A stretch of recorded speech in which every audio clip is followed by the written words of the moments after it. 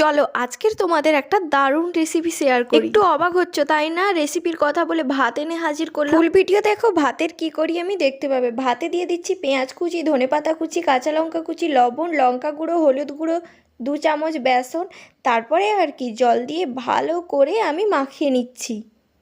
ব্যাস মাখানো হয়ে গেছে। এখন কড়াইতে তেল গরম করে নেব। তেলটা গরম হয়ে গেলেই গোল গোল করে পকোড়ার মতো শেপ তৈরি করে কড়াইতে দিয়ে দেব।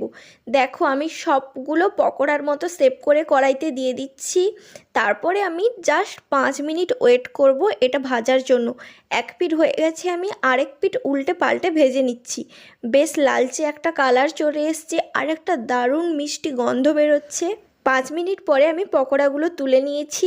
এটা ছিল ভাতের পকোড়া, বাসি ভাতের। এই পকোড়া জিভে লেগে গেলে কারোর বাসি ভাত ছেড়ে এমনি ভাতের পকোড়া ভেজে খাবেন। আর হ্যাঁ, যাওয়ার আগে আমার চ্যানেলটা সাবস্ক্রাইব করে দিয়ে